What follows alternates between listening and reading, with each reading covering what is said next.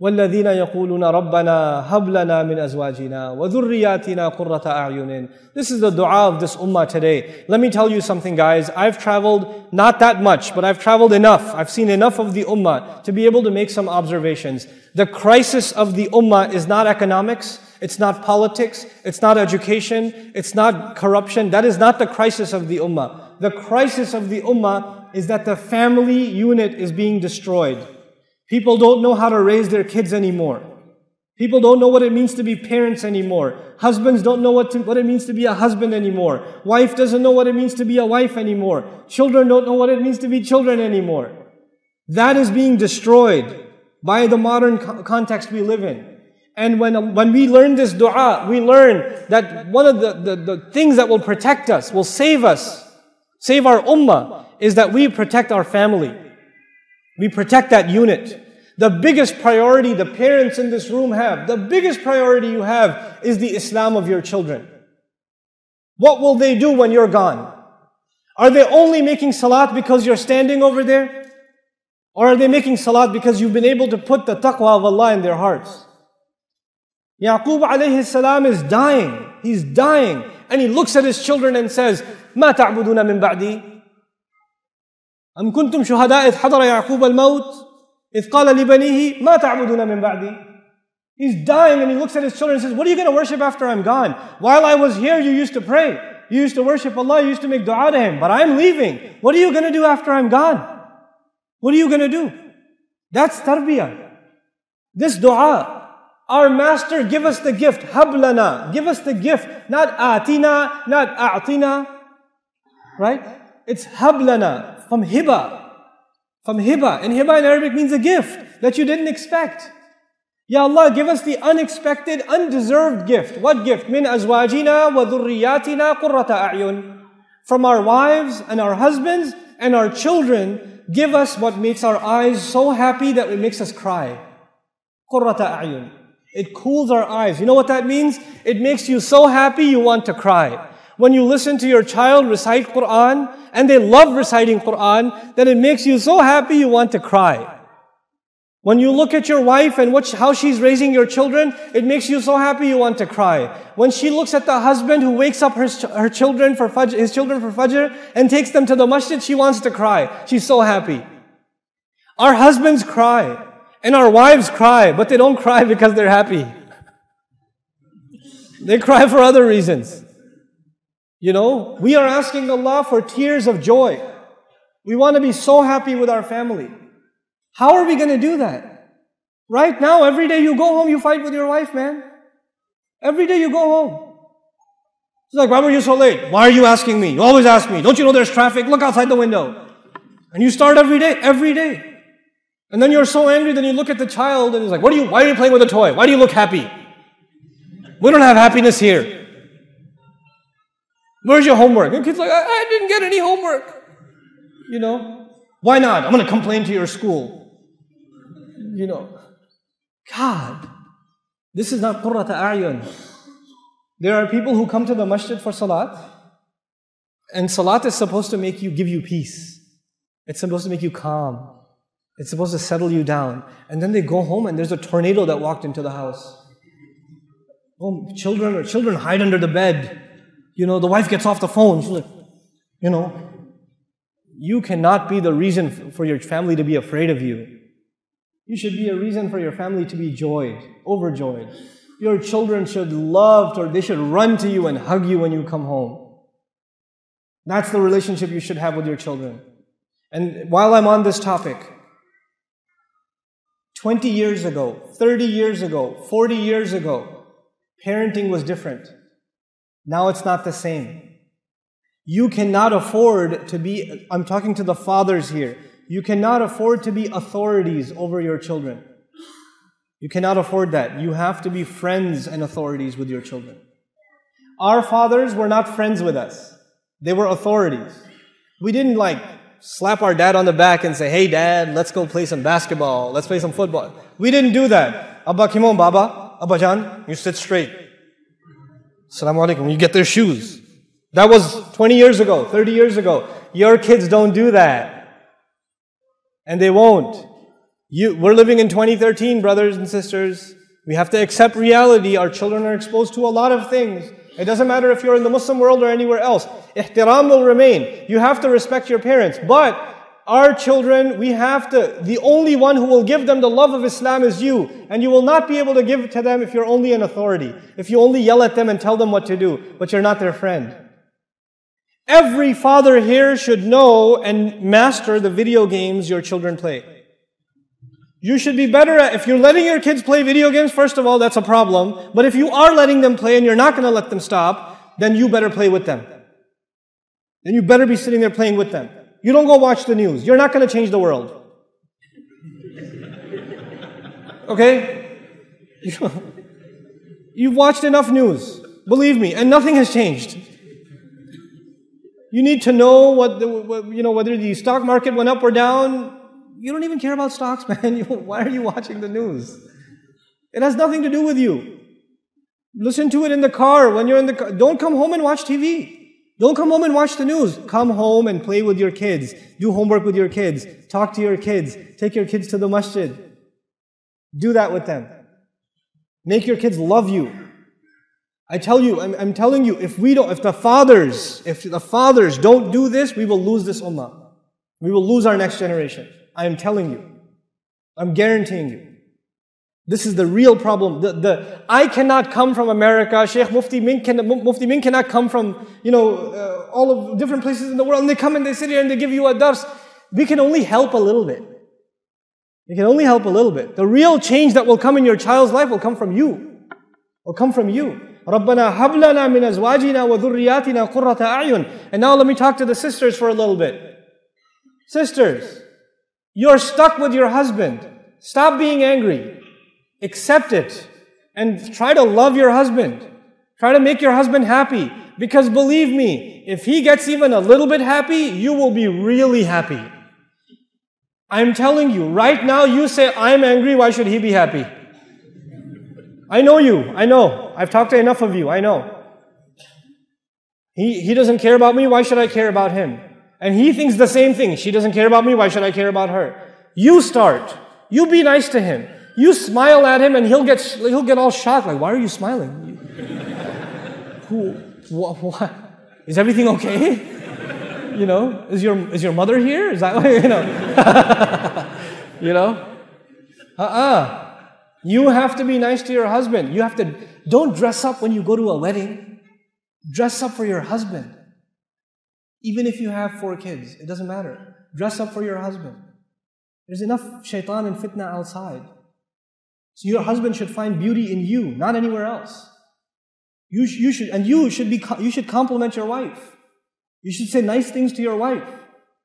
You shouldn't just always complain. Where are the keys? Where's the mail?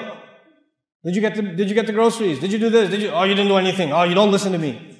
Stop, man. There's not enough salt. There's too much salt. There's not enough sugar. There's too much sugar. There's not hot enough. It's too hot. Stop. Say nice things to your wife. And I know if you're like Indian, Pakistani, then it's very difficult for you. I know. It's very hard to say nice things to your wife. In our culture, if you say nice things to your wife, your ribs hurt. Like, so you have to immediately follow it up with something mean. You have to say something bad right after to balance the equation. You can't just say nice things. So if the food is really good, you're like, oh, aaj to bada acha khana banaya, but I still hate your mother. It's like something. You have to add something.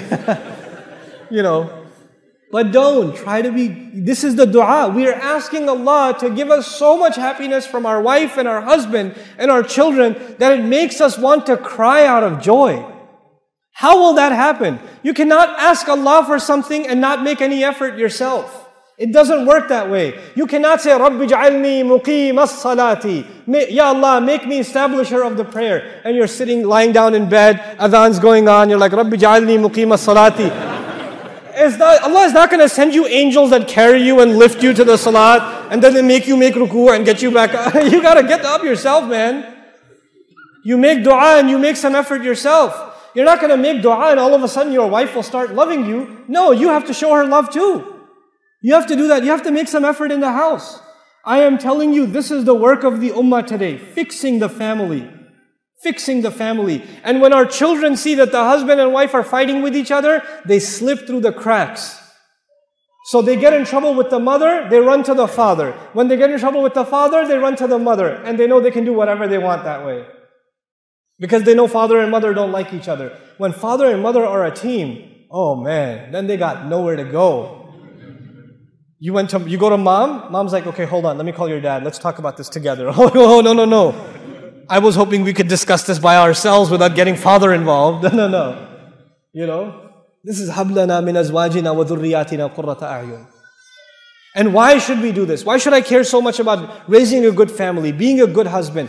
Wallahi, when you're a good husband, your son will be a good husband. When you're a good wife, your daughter will be a good wife. Sisters. This is and if you're not, then you will create bad families down in the future. And you will be the fault. You will be the reason. So we say, vec'alnâ muttakîne imâmâ. Make us imam, make us leaders over people that have taqwa. In other words, everybody who has a household is an imam. You have an imam of the masjid. You have an imam of, the musalla. But every house has an imam. You're the imam of your house. I don't care if you have a beard or not. You're the imam of your house. I don't care if you memorize Quran or not. You're the imam of your house. And you want to make sure that your household, that you are imam over, these people are muttakîne. The last thing I want to share with you about these requirements is why. Why did Allah say, vec'alnâ muttakîne imâmâ? On Judgment Day, when I stand in front of Allah as an imam over my 6 children and my wife, when I am imam over them, they will be tied to me. And if I didn't do my job with them, and they made mistakes because of me, their mistakes will also cost me. I will be dragged down with them. But if I raised my children correctly, and I did good with them, and they went on to serve Allah's deen, and become good people, earn good deeds, then Allah raises them. And when He raises them, automatically, because I'm chained to them, He raises me. We ask Allah to be with imam over muttaqeen. Because we ask that because we need it on Judgment Day. My deeds are not enough. I'm going to need commission from my children and their children and their children and their children. I tell you something. I'm originally from Pakistan. And I come from a family and an extended family that's not very religious. We're not super religious. I wasn't raised religiously, really. And we made some salat here and there, but overall we're not that. And most Pakistani families are like that. There are some that are religious, but most of them, in our circle at least, we're not like that, right? And you know what? They were really, when I started learning more about the religion, my cousins and other family members were kind of a little bit in shock. They were a little bit taken back. Why are you growing a beard? We don't do that. Why is your wife wearing hijab and niqab and all of that? Why is she doing that? Why can't you be regular? Why can't you be normal, they said.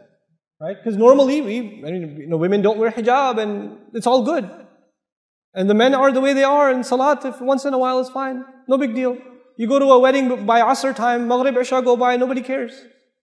Songs are playing, it's no problem, right? And so they say, you are leaving the tradition. Why aren't you like us? Why do you want to be like the Maulvi Sahab? Why do you want to be, I'm a really strange Maulvi Sahab, I know, I'm wearing a suit. I know. It's weird, it's confusing to you, I understand. I'll explain it to you one day. I'll come back and explain it to you. But for now, let me tell you something. Look back 2 generations ago. Look at the picture of your great-grandfather and his wife. They barely had black and white photographs back then. Guess what? Grandpa's got a big old beard and grandma's you don't even see her face. That's our tradition. Someone in this lineage decided that they will not take the deen seriously. And then their children decided not to take it. They take it even less seriously. And their children take it even less seriously. Until you get to a point where they're not even Muslim. I met a fellow, I was at a Quran conference in Las Vegas. I swear, it was a Quran conference. Okay? So I was there at a Quran conference and I met this really old white couple. They're in their 90s. Blonde hair, blue eyes, they came into the masjid. And I said, what are you doing here? He goes, well, we just became Muslim last year. And we decided that we want to meet as many Muslims as we can before we die. So we go stop at every masjid in America. And we started in Ohio and now we've made it to Vegas. And we're going to go on to California and so on. And I was like, why did you become Muslim? A 91-year-old man and woman become Muslim. He said, I was looking up my family tree and I realized that we're actually of Lebanese origin. And my great-grandfather who moved to America was actually a Muslim. But then his son, my grandfather, married a Christian. And then the children were raised pretty much between the two religions. And then they ended up choosing Christianity. And then we were raised Christians. And I've been raised a Christian. My children were Christian. But when I looked back at my lineage, I said, how was my great-grandfather Muslim? What is Islam anyway? I started reading it and I came back to Islam. Subhanallah. Subhanallah. You know? But how many people lose their religion? How many people? And you don't have to become a Christian or a Jew or an atheist to lose your religion. Isn't it enough that we're not even praying anymore? Isn't it enough that our children aren't even praying anymore? Allah says in the Quran, فَلَا صَدَّقَ وَلَا صَلَّى. He didn't confirm the truth, and the proof is he didn't pray. Accepting the truth of Islam, the proof of that is what? You pray. You don't pray, that means you don't really think it's the truth. فَلَا صَدَّقَ وَلَا صَلَّى وَلَكِنْ كَذَّبَ وَتَوَلَّى. He lied, he called it a lie, and he turned away from it. يعني في الآية تولى عن الصلاة. He turned away from the prayer. You know?